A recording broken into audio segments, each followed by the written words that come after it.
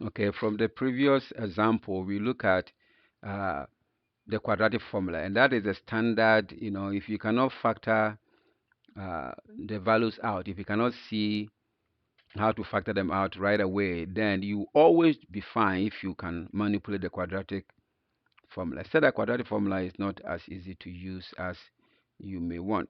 So let's recap the quadratic formula again. We said the quadratic formula for equation ax squared plus bx plus c is equal to 0 mean that x is always going to be equal to minus b plus or minus the square root of b squared minus 4ac, all of this divided by 2 times a.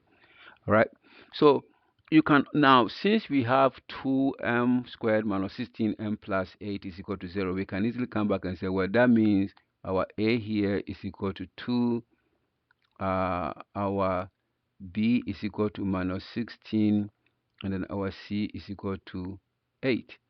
So we can actually plug them in and say our m, in this case the variable of interest, m is equal to minus b, which is equal to minus 16. So that's going to be 16 plus or minus the square root of what is b is minus 16. So it's going to be minus 16 squared minus 4, a is 2, c is 8.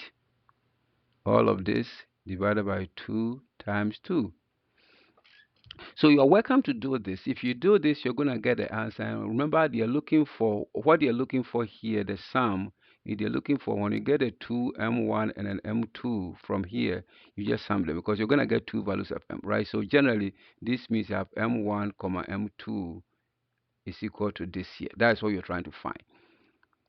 Now, if you find yourself doing this in the SAT, that means you're doing something wrong because they don't expect you to do this. So let me show you the coolest way to do this. And I'm going to show you by explaining this to you very well. Now, even if you look at this, okay, right? Generally speaking, and I'm going to show you the general formula so you can apply it all the time. From this here, we know that x1 is equal to minus b plus the square root of b squared minus 4ac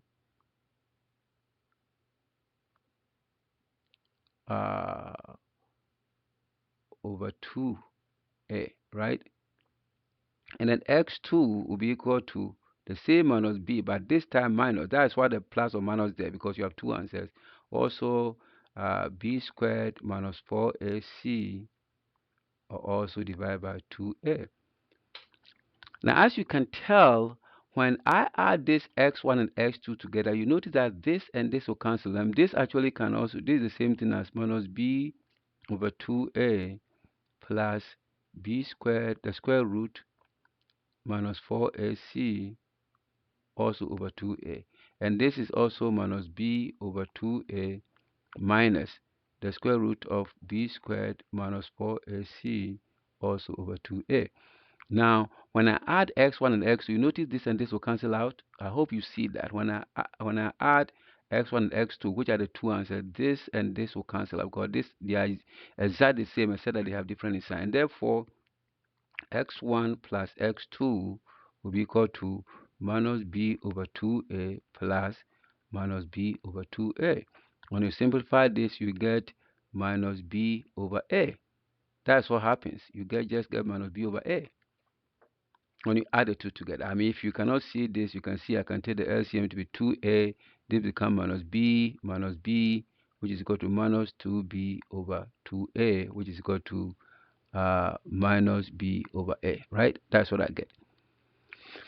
That means whenever you have any quadratic equation, the sum of the answers you get will always be equal to minus b over a. So when we come back here with our problem here, minus b here is this. Our b, as we got b is equal to minus 16, our a is 2. So minus b over a is equal to minus of 16 all divided by 2, which is equal to 16 divided by 2, and therefore is equal to 8. So you don't have to go through all this crazy calculation to find out that your answer is D. So that is a cool way. I hope you guys will get this smart approach of dealing with quadratic systems, and you will not find yourself going through this crazy calculation just to find the answer for one simple question. All right. So hopefully this serves you well.